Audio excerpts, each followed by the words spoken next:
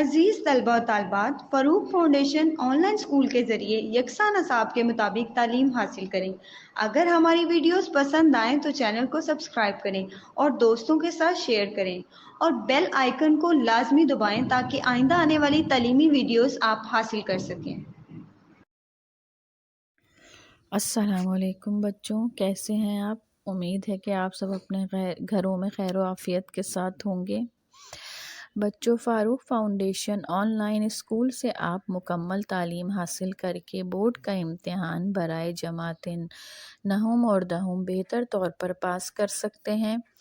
आप अपनी उम्र और तालीम के मुताबिक मज़ीद तालीम हासिल कर सकते हैं। वालिदैन के से फ़ोन या कंप्यूटर पर हमारी वीडियोस के ज़रिए तालीम हासिल करने की दरख्वास्त करें। रोज़ाना 1 से 2 घंटे ऑनलाइन पढ़ाई करें और जब आप स्कूल जाएंगे तो आपको मज़ीद किसी मदद की ज़रूरत नहीं होगी। इस तरह पढ़ाई करके आप अपना वक्त और वालिदैन के अखराजात में बचत कर सकते हैं। ऑनलाइन स्कूल की कोई फ़ीस नहीं है। आप ज़ूम पर भी क्लासेस का फ़ायदा उठा सकते हैं। हर मज़मून की मुकम्मल तालीमी वीडियो मौजूद है। बच्चों, उम्मीद है कि आप सब इससे फ़ायदा उठाएंगे। A'udzubillahiminash-shaytanir-rajim. Bismillahir-Rahmanir-Rahim. Assalamu alaikum students. I hope you all are doing well. As you all know student, we had completed chapter number 4 in our previous video. So in today's video we'll be starting chapter number 3 जिसका नाम है हमारे पास simple chemical reaction. So in simple chemical reaction changes takes place all around us all of the time, यानी कि हमारे जो all अराउंडिंग जो हमारी सराउंडिंग्स हैं उसमें बहुत सारे केमिकल चेंजेस होते हैं और उन केमिकल चेंजेस का क्या होता है, केमिकल चेंजेस टाइमली यानी टाइम के साथ साथ हो रहे होते हैं। वो कौन कौन से रिएक्शंस हैं? वो रिएक्शंस हैं fuel burn, cans are crush, toast burn, food is chopped, food is cooked and ice melt. यानी कि फ्यूल्स की बर्निंग, केमिकल कैंस वगैरह का क्रश होना, टोस्ट का जल जाना, फूड यानी सब्जियों और फ्रूट्स का चॉप होना, खाने का पकना और बर्फ़ का मेल्ट होना। So students, changes can be divided into two groups, physical change and chemical changes. It is important to understand the difference between physical and chemical changes. When a metal can is crushed, the can is still a can. It is still made of the same molecules. Only the shape of the can has changed. When ice melts, energy is added to change the state of the water from a solid to a liquid. However, the water molecules have not changed. These are physical changes. यानी students, हमारे पास changes जो होते हैं वो two types के होते हैं, physical change and chemical changes. इनको हमने टू ग्रुप्स में डिवाइड कर दिया है। अब हमारे पास ये ज़रूरी है कि हम अंडरस्टैंड कर सकें उसका डिफरेंस, यानी कि फ़िज़िकल और केमिकल चेंजेस में क्या क्या डिफरेंस है हमारे पास। यानी कि जब कभी भी, अब फिज़िकल और केमिकल चेंज में डिफरेंस क्या है? फ़िज़िकल चेंज ये है कि हमारे पास एक मेटल का कैन है, इस तरह के हमारे पास कोल्ड ड्रिंक और जूसेस कैन में आती है, उन सब वो जो कैन है वो मेटल का होता है।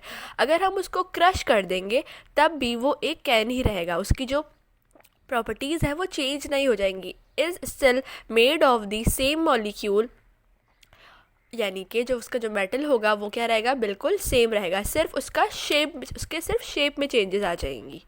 Other hand, when ice melts, energy is added to change the state of the water from a solid to a liquid। यानी कि जब कभी भी हम आइस को मेल्ट करते हैं तो हमें क्या करनी पड़ती है, हमें एनर्जी ऐड करनी पड़ती है ताकि उसकी स्टेट चेंज हो सके। यानी कि state of water from a solid to a liquid, यानी कि जो वाटर की स्टेट है वो किस में चेंज हो जाएगी, वो सॉलिड से चेंज हो जाएगी लिक्विड में। इस तरह से आइस मेल्ट हो जाएगी। However the water molecule have not change, these are physical changes.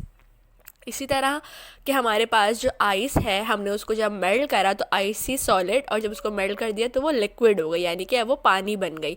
तो वो उसकी फ़िज़िकल, उसकी जो सिर्फ जो है वो फिज़िकल स्टेट चेंज हुई है, उसका शेप चेंज हुआ है, जबकि जो वाटर के मॉलिक्यूल थे पहले वो सॉलिड था, वो लिक्विड हो गए। लिक्विड होने पर वाटर जो है वो किसी भी किस्म का चेंज नहीं हुआ। तो इसीलिए इन सब चीज़ों को, इन सारी चेंजेस को, इन सारे रिएक्शंस को हम क्या कह रहे होते हैं? इन सारे रिएक्शंस को हम कह रहे होते हैं फिज़िकल चेंज, जिसमें हमारे पास एक रिएक्शन जो है वो चेंज भी हो जाता है, इसकी स्टेट चेंज हो जाती है, लेकिन उसके जो मॉलिक्यूल्स है, जो उसकी जो कंपोजिशन है, वो किसी भी किस्म की चेंज नहीं हो पाती। अगर मेटल का कैन है तो वो क्रश होने के बाद भी मेटल का ही रहेगा, और अगर आइस है तो वो आइस से जब वो मेल्ट हो जाएगी, वाटर बन जाएगी, तो भी जो उसकी जो जिससे वो बनी थी वाटर से, वो वाटर ही रहेगा। तो इस सारे चेंजेस को हम लोग कहते हैं physical changes.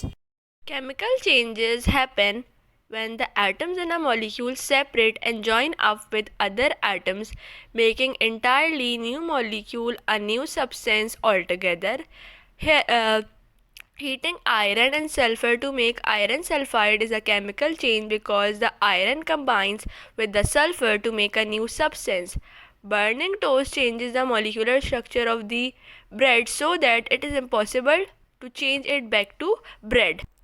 So students, chemical changes में क्या होता है? केमिकल चेंजेस में एटम जो हैं एक मॉलिक्यूल के, या तो वो सेपरेट हो जाते हैं या फिर जॉइन अप यानी जॉइन हो जाते हैं अदर एटम्स के साथ, ताकि एक नया मॉलिक्यूल बना सके। जैसे कि अगर किसी मॉलिक्यूल का एटम सेपरेट होंगे एक मॉलिक्यूल से, तो वो नया मॉलिक्यूल बन जाएगा। और इसी तरह अगर एक एटम के मॉलिक्यूल दूसरे एटम के मॉलिक्यूल के साथ जाके कनेक्ट कर लेंगे तो एक नया मॉलिक्यूल बन जाएगा, बिल्कुल ही एक नया सब्सटेंस जो है वो फॉर्म हो जाएगा। Heating iron and sulfur to make iron sulfide is a chemical change because the iron combines with the sulfur to make a new substance। यानी कि जो हम लोग आयरन सल्फाइड बना रहे होते हैं वो ये केमिकल रिएक्शन है। क्यों? क्योंकि हमें आयरन चाहिए होता है, और क्या चाहिए होता है? हमें सल्फ़र चाहिए होता है। जब आयरन और सल्फ़र जो है वो कंबाइन हो जाएगा, उस आयरन एक अलग मॉलिक्यूल है, जो सल्फ़र है वो अलग, जब उसके एटम्स कंबाइन हो जाएंगे तो एक वो न्यू सब्सटेंस बना लेंगे। वो न्यू सब्सटेंस हम कहेंगे आयरन सल्फाइड। क्यों? क्योंकि इसमें आयरन और सल्फ़र आपस में कंबाइन होकर एक नया सब्सटेंस बना लेंगे। इसको हम कहते हैं केमिकल रिएक्शन या फिर केमिकल चेंजेस।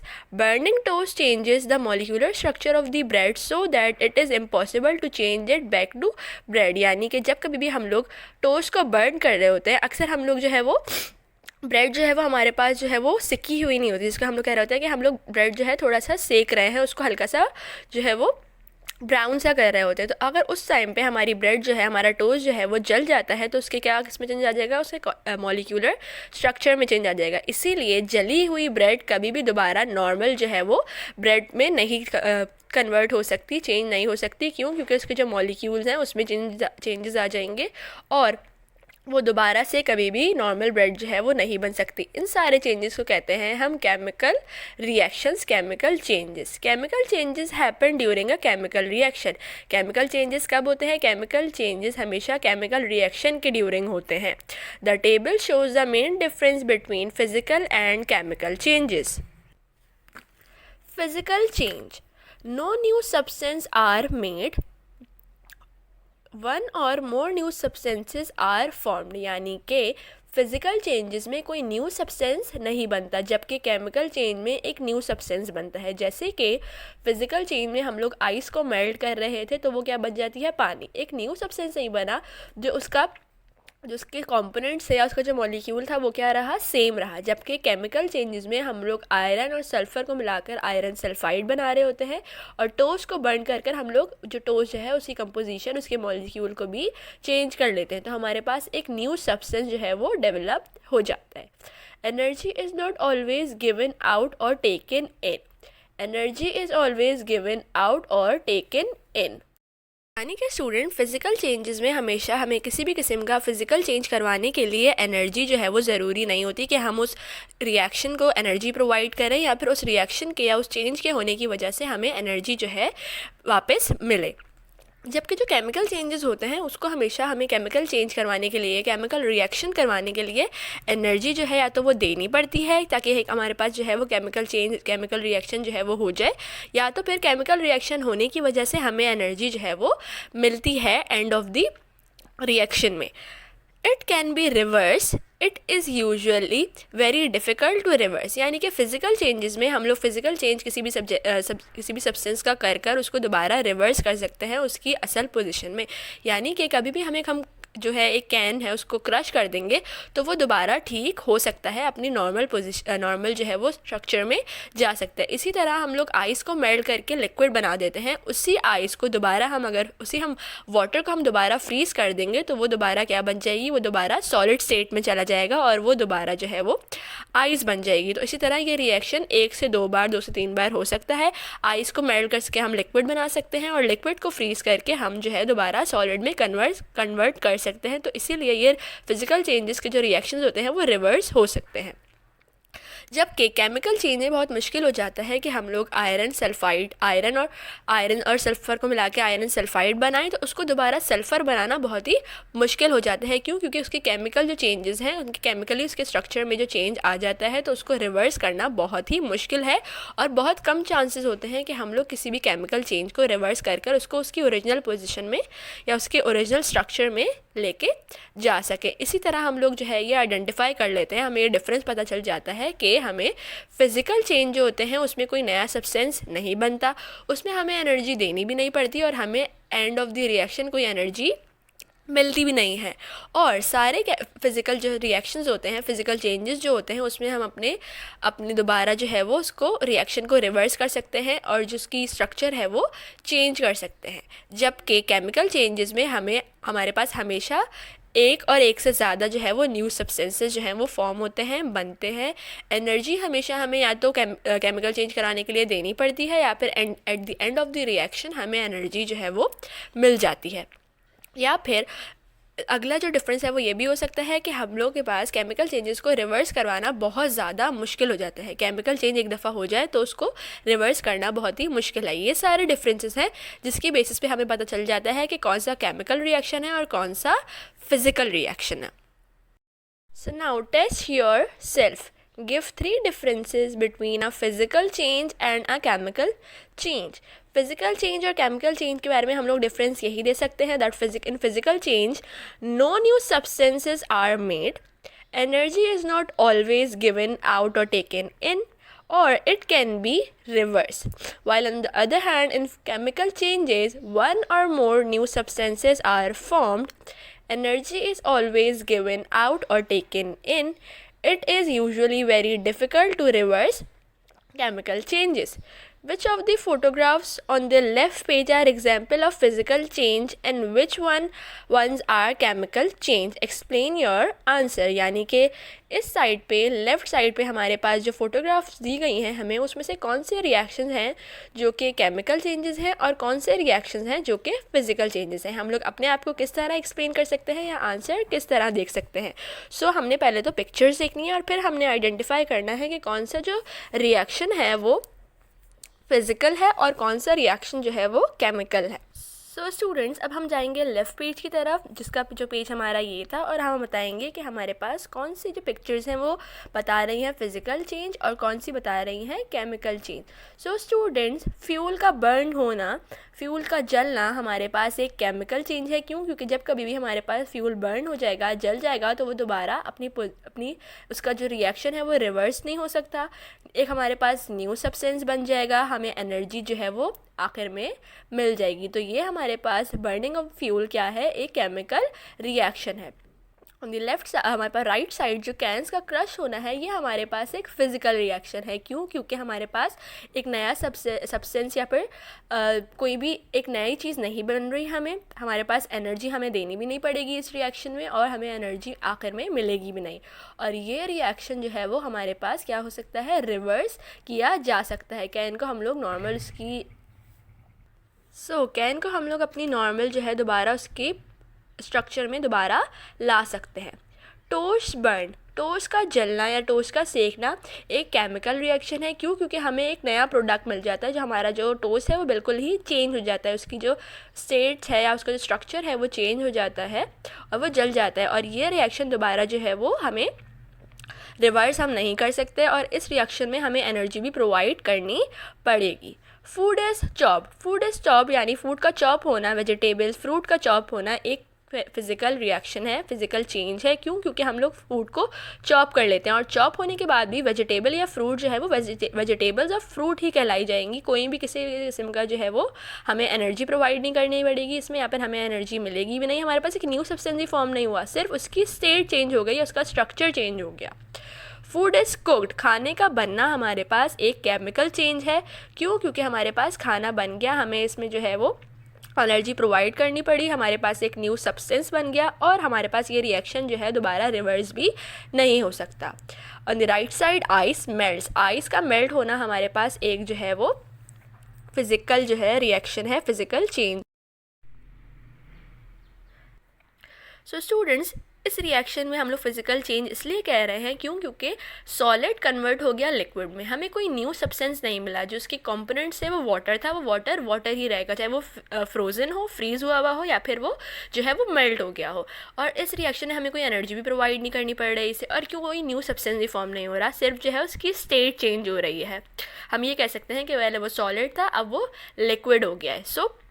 और इस रिएक्शन को, इस चेंज को हम रिवर्स भी कर सकते हैं। किस तरह से? इस तरह से, जब कभी भी हम लोग लिक्विड को फ्रीज़ कर देंगे तो वो सॉलिड बन जाएगा, सॉलिड को मेल्ट कर देंगे तो वो लिक्विड बन जाएगा। तो इसकी स्टेट जो है वो मुस्तकिल हम लोग चेंज कर सकते हैं, इसीलिए ये एक फ़िज़िकल चेंज है हमारे पास। Our next question is, when do chemical changes happen? Chemical changes occur when bonds are broken and are formed between molecules or atoms. This means that one substance with a certain set of properties such as melting point, color, taste, etc. is turned into a different substance with different properties. यानी कि chemical changes जब होते हैं, जब कभी भी bonds जो हैं वो टूट जाते हैं या फिर बनते हैं, नए बॉन्ड्स बनेंगे। यानी कि मॉलिक्यूल और एटम के दरमियान अगर कोई बॉन्ड टूट जाता है या फिर कोई नया बॉन्ड बन जाता है तो उस वक्त में हमारे पास क्या बनते हैं, उस जगह पे हमारे पास बन जाता है, उस होता है केमिकल रिएक्शन। अब केमिकल रिएक्शन हो रहा है किस वजह से? केमिकल रिएक्शन जो है वो डिपेंड करता है सब्सटेंस के सर्टेन सेट ऑफ प्रॉपर्टीज़ पे। यानी कि जो सब्सटेंस को हम लोग केमिकल चेंज कर रहे हैं वो उसकी प्रॉपर्टीज़ पे डिपेंड करेगा। अब प्रॉपर्टीज़ क्या होंगी? मेल्टिंग पॉइंट हो जाएगा कि वो किस मेल्टिंग पॉइंट पे जो है वो उसका मेल्टिंग पॉइंट क्या है उस सब्सटेंस का, कलर कैसा है, टेस्ट कैसा है, ये सारी एक प्रॉपर्टीज़ है। It's turn into a different substance. और जब इन सारी मेल्टिंग पॉइंट में, कलर में, टेस्ट में डिफरेंस आ जाता है, फ़र्क आ जाता है, तो एक नया सब्सटेंस जो है वो बन जाता है। तो इस तरह उस सब्सटेंस की प्रॉपर्टीज़ जो है वो चेंज हो जाती हैं और हमें एक न्यू सब्सटेंस जो है वो फ़ौरन से मिल जाता है। तो जब इस पॉइंट पे हमारे पास केमिकल रिएक्शंस होते हैं। Now chemical reactions, there is an easy way of writing down what happens during a chemical reaction. It can be written as a word equation. यानी कि एक इजी तरीका है राइट डाउन करने का कि केमिकल रिएक्शन किस तरह से हो रहा है और केमिकल रिएक्शन होते हुए क्या होता है। It can be written as word equation. Word equation हम इसको किस तरह राइट कर सकते हैं? This is the word equation for the reaction between iron and sulphur when they are heated together. यानी कि ये जो हमारे आपको सामने वर्ड इक्वेशन शो हो रही होगी स्क्रीन्स पर आपकी, उसमें हम बता रहे हैं कि रिएक्शन किस तरह से हो रहा है आयरन और सल्फ़र के दरमियान जब हम उसको हीट कर रहे हैं। सो आयरन एंड सल्फ़र को हम लोग जो है वो साथ मिलाते हैं, यानी कि लेते हैं और फिर उन दोनों को हम लोग एक साथ हीट करते हैं। जब हम इसको एक साथ हीट करते हैं तो हमारे पास केमिकल चेंज हो जाता है और आयरन सल्फ़र चेंज हो जाता है आयरन सल्फाइड में। The chemicals involve at the beginning of a chemical reaction are called reactants. The chemicals that are made as a result of the chemical reactions are called the product. In the chemical reaction between iron and sulfur, iron and sulfur are the reactants and iron sulphide is the product. यानी कि word equation हम लोग इस तरह से identify कर रहे होते हैं या फिर हम लोग इस तरह से लिख रहे होते हैं कि जो हमारे पास इस साइड पे जिस चीज़ को हम कंबाइन कर रहे हैं, मिला रहे हैं, जिसे हम कह रहे हैं आयरन और सल्फ़र, उसको हम क्या कहेंगे? उसको हम कहेंगे रिएक्टेंट। ये दोनों हमारे पास जो हैं वो क्या हैं? रिएक्टेंट है। जबकि इस साइड पे हमारे पास क्या है? एंड पे हमारे पास रिज़ल्ट है। रिज़ल्ट शो करेगा कि क्या है, ये बन रहा है हमारे पास स्टूडेंट्स, ये साइड है हमारी प्रोडक्ट साइड, यानी कि दो रिएक्टेंट जो है हमारे पास मिल रहे हैं और उन दोनों रिएक्टेंट के कंबाइन होने की वजह से हमें क्या मिल रहा है, प्रोडक्ट मिल रहा है। तो स्टार्टिंग साइड जो है हमारे पास केमिकल रिएक्शन स्टार्ट होता है, उसको उस साइड को हम लोग कहते हैं रिएक्टेंट, क्योंकि वहाँ पे सारे रिएक्टेंट्स होते हैं जो कि आगे जाकर कंबाइन होते हैं और कंबाइन होकर एक हमें प्रोडक्ट देते हैं। और प्रोडक्ट को हम लोग क्या कह रहे होते हैं, प्रोडक्ट को हम लोग उसका एंड रिजल्ट कह रहे होते हैं, जिसमें हमारे पास हमें मिल रहा है आयरन सल्फाइड। सो स्टूडेंट्स, इस तरह हमने बताया कि हमारे पास रिएक्टेंट साइड कौन सी है और प्रोडक्ट साइड कौन सी है। अब नेक्स्ट पेज की तरफ जाते हैं। So, another way of showing this chemical reaction is to use atomic models like this. First method हमारे पास किस तरह था कि हमारे पास फर्स्ट वे था कि हम लोग वर्ड इक्वेशन शो कर दें, रिएक्टेंट साइड और प्रोडक्ट साइड बता दें, जिससे हमारे पास पता चल जाएगा कि हमारा रिएक्शन, केमिकल रिएक्शन किस तरह हो रहा है। हमारा सेकंड मेथड किस तरह हो सकता है कि हम लोग एटॉमिक मॉडल्स बता दें, जैसे कि हम एक एटम बना दें आयरन का, एक बना दें सल्फ़र का। ये वही रिएक्टेंट साइड की तरह ही होगा कि हम लोग आयरन एटम और सल्फ़र एटम को प्लस करेंगे, एरो शो करेगा कि अब हम जा रहे हैं प्रोडक्ट की तरफ, हमारे पास अब प्रोडक्ट बनेगा। आयरन सल्फाइड मॉलिक्यूल हम लोग दो एटम मॉडल बना देंगे, एक आयरन का, एक सल्फ़र का, और ये हमें बता देगा कि हमारे पास आयरन सल्फाइड का मॉलिक्यूल जो है बन गया है। Heat energy causes the atom of iron and sulphur to combine. Heat energy की वजह से क्या होता है कि आयरन एंड सल्फ़र के जो एटम हैं वो कंबाइन हो जाते हैं, forming molecule of hydrogen sulphide, यानी कि हीट एनर्जी की वजह से आयरन और सल्फर जो है वो कंबाइन हो गया, फॉर्म करेगा हाइड्रोजन सल्फाइड के molecule. The atom in the new compound are joint together by strong chemical bond. यहाँ पे जो आयरन एंड सल्फाइड जो मिलकर आयरन सल्फाइड बना रहा है वो किसकी वजह से बना रहा है, वो इसकी वजह से बना रहा है कि इसमें जो है वो बहुत स्ट्रांगली जॉइन कनेक्ट कर लेते हैं दोनों iron and sulphur chemical bonding की वजह से। आयरन और सल्फाइड में जो है वो स्ट्रॉन्ग केमिकल बॉन्ड बनते हैं, जिसकी वजह से आयरन सल्फाइड हमें मिलता है। Notice the number of atom on each side of the equation are the same, यानी कि जो ईच साइड है हमारे पास जो यानी रिएक्टेंट साइड, प्रोडक्ट साइड पे हमारे एटम के मॉलिक्यूल क्या होने चाहिए, सेम होने चाहिए। This is true for all chemical reaction, और ये सारे केमिकल रिएक्शन के लिए ट्रू बात है कि दोनों तरफ मॉलिक्यूल जो है वो सेम होने चाहिए। जितने मॉलिक्यूल इस साइड है रिएक्टेंट साइड पे हैं, उतने ही मॉलिक्यूल हमारे प्रोडक्ट साइड पे भी होने चाहिए। Chemical reactions like the one shown above are called endothermic reaction. Chemical reaction जो हमें ऊपर यहाँ हमने आपको शो करे हैं आपकी बुक में, वो सारे कौन से रिएक्शंस हैं, वो हैं endothermic, because they need heat energy to get them started. क्यों एंडोथर्मिक रिएक्शंस वो होते हैं जिनको एनर्जी चाहिए होती है, हीट एनर्जी चाहिए होती है केमिकल रिएक्शन को स्टार्ट करने के लिए। Reactions which give out heat are called exothermic reaction. अब इसकी मैं आपको डेफिनेशन भी बताती हूँ।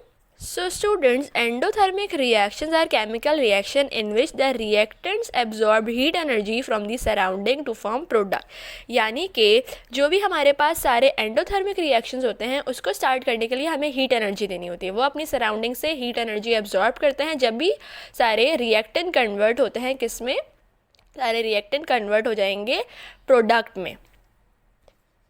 On the other side, an exothermic reaction is a chemical or physical reaction that releases heat. It gives out energy to its surrounding. The energy needed for the reaction to occur is less than the total energy release। यानी कि जो सारे हमारे पास exothermic reactions होते हैं, exothermic reaction में हमें at the end of the reaction energy जो है वो मिलती है, एनर्जी इस रिएक्शंस में रिलीज़ होती है। एक्सोथर्मिक रिएक्शंस में हम लोग को एनर्जी, जितनी हम लोग एनर्जी दे रहे होते हैं रिएक्शन स्टार्ट करने के लिए, उससे कहीं ज़्यादा एनर्जी हमें मिल जाती है at the end of the reaction product के फॉर्मेशन की वजह से। सो ये आपको हमेशा याद रखना है कि एक्सोथर्मिक रिएक्शन में हमें एनर्जी जो है वो प्रोवाइड करनी पड़ती है, जबकि जो एक्सोथर्मिक रिएक्शन होते हैं उसमें हमें at the end of the reaction energy जो है वो ज़्यादा मिल जाती है। यानी कि जितनी एनर्जी हम प्रोवाइड करते हैं एट द स्टार्ट, उससे कहीं ज़्यादा एनर्जी हमें at the end of the reaction हमें मिल जाती है।